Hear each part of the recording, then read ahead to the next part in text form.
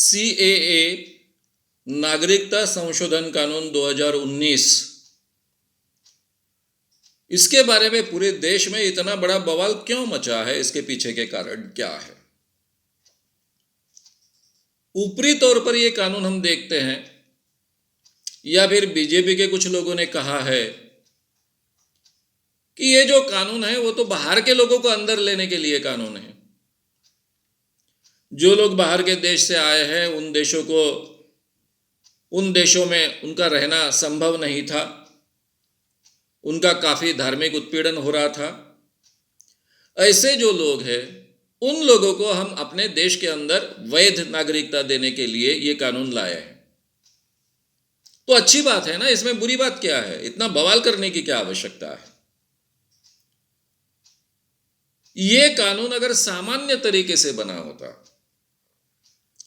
जैसे कि 31 दिसंबर 2014 से जो भी भारत में इलीगल इमिग्रेंट्स हैं, घुसपैठिए हैं, वो अगर 5 साल से इस देश में रह रहे हैं, ये अपना प्रमाण सिद्ध करते हैं, प्रूफ देते हैं, उनकी रेसिडेंसी सिद्ध हो जाती है, रहिवास सिद्ध हो जाता है, तो उनको नागरिकता दी जाएगी।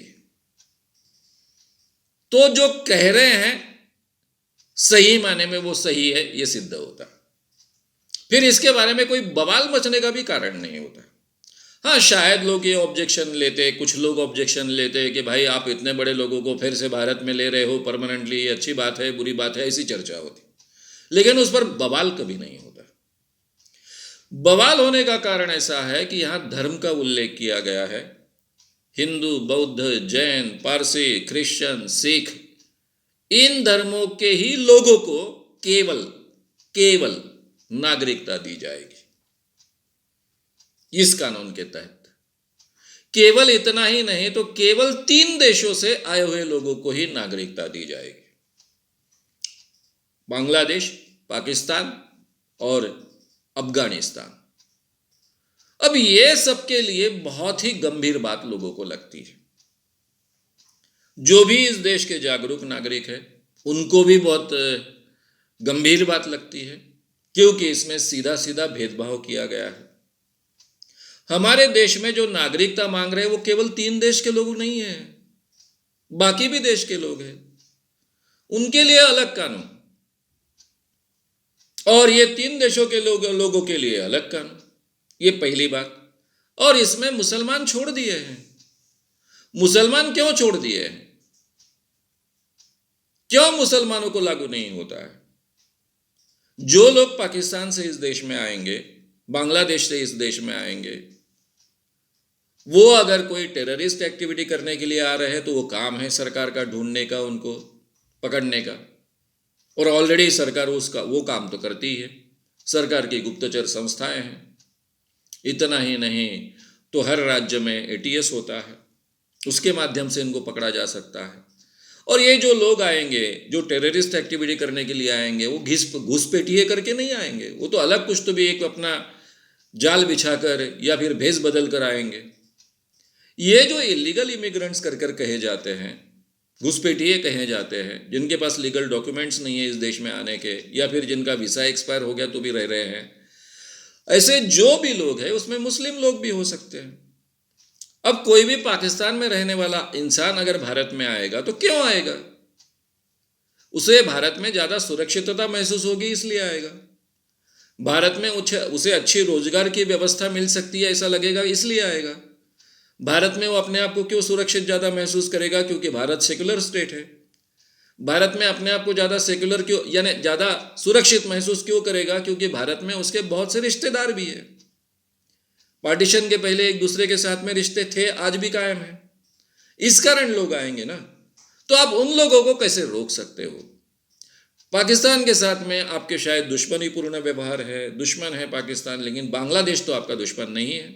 बांग्लादेश के साथ में आपके मैत्रीपूर्ण व्यवहार है। अफगानिस्तान के साथ में आपके बहुत ही मैत्रीपूर्ण व्यवहार है। अफगानिस्तान आज जो बन रहा है उसमें भारत का बहुत बड़ा हिस्सा है, उसके नवनिर्माण में हिस्सा है। तो फिर आपने अफगानिस्तान को, बांग्लादेश को भी, जो दुश्मन देश नहीं है तुम्हारे, उनके बारे में भी ये रवैया क्यों अपनाया?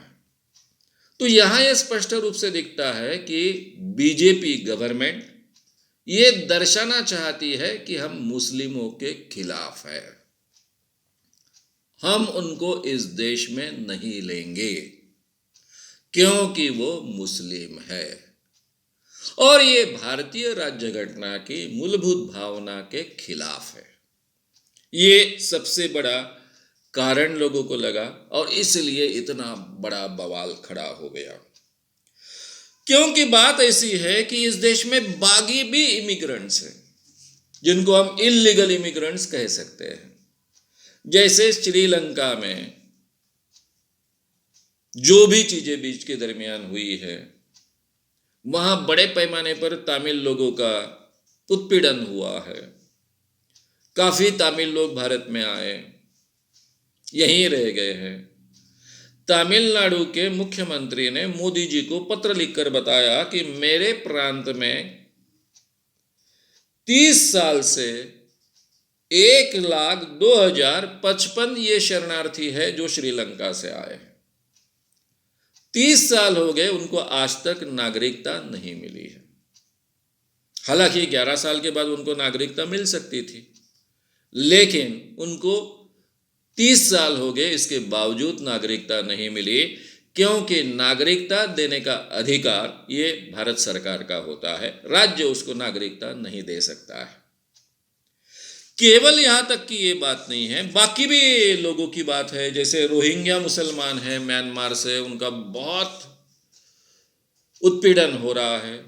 केवल उत्पीड़न तक ये बात सीमित नहीं, उनको मारा जा रहा है, इधर उधर वो लोग भाग रहे हैं, उनको ना कोई मुसलमान वहां मानने के लिए तैयार है।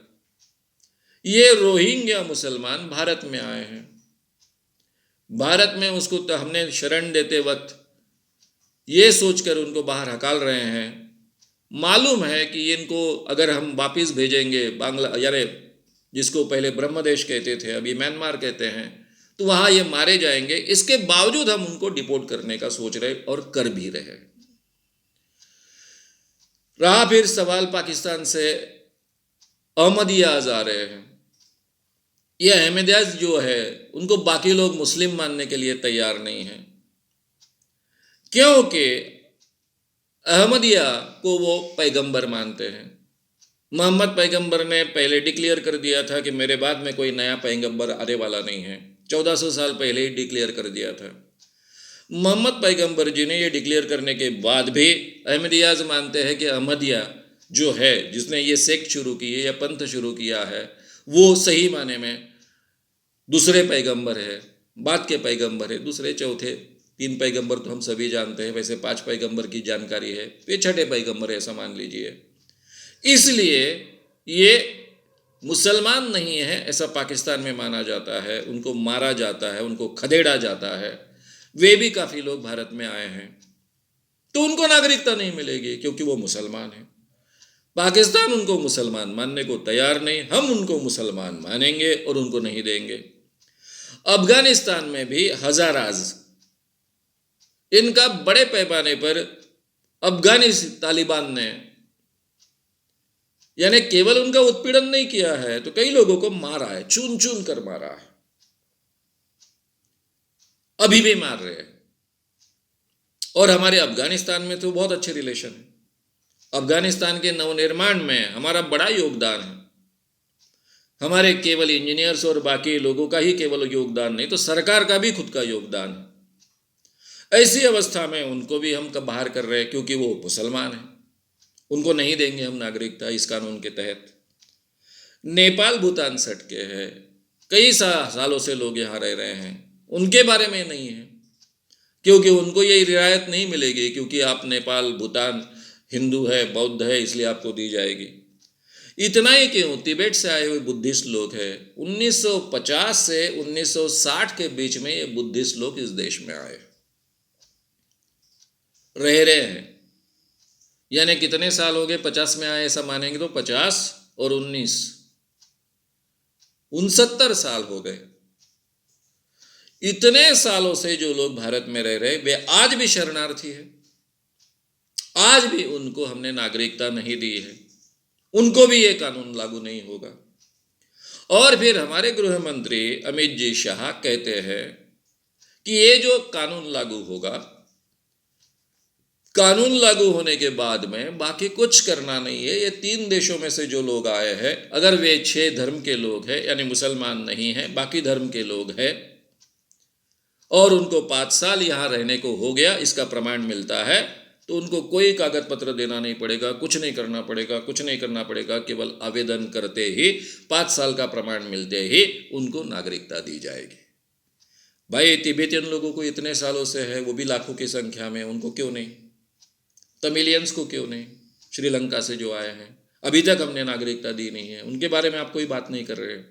और ये कानून तो उनको CAA तो लागू ही नहीं होता है, यानी उनको नागरिकता देनी है तो पुराने CAA के अनुसार देना पड़ेगा। ये अमेंडमेंट का प्रावधान उनको लागू नहीं होता है।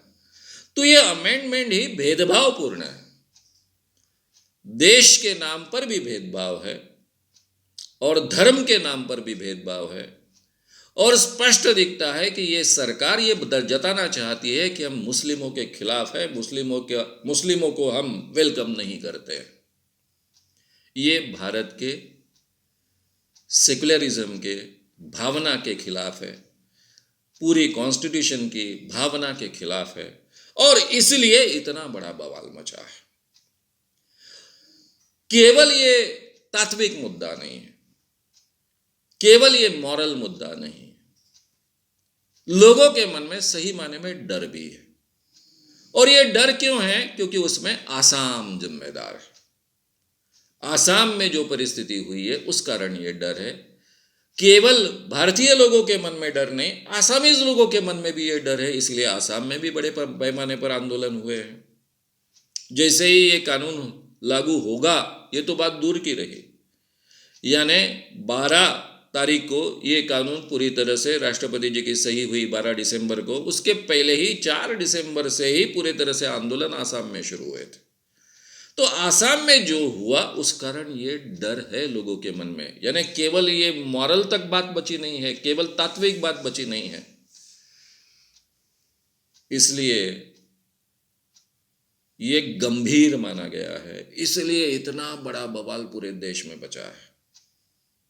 उसके पीछे 2 कारण माने जाते हैं कि ये भारतीय सभ्यता के खिलाफ का कानून है और हमारे कॉन्स्टिट्यूशन के भी खिलाफ का कानून है। इसलिए आंदोलन में विद्यार्थी जो लोग अगुवाई करते हैं वे कहते हैं कॉन्स्टिट्यूशन बचाने के लिए हम CAA के खिलाफ है। वे कहते हैं भारतीय सभ्यता को बचाने के लिए हम इस कानून के खिलाफ हैं।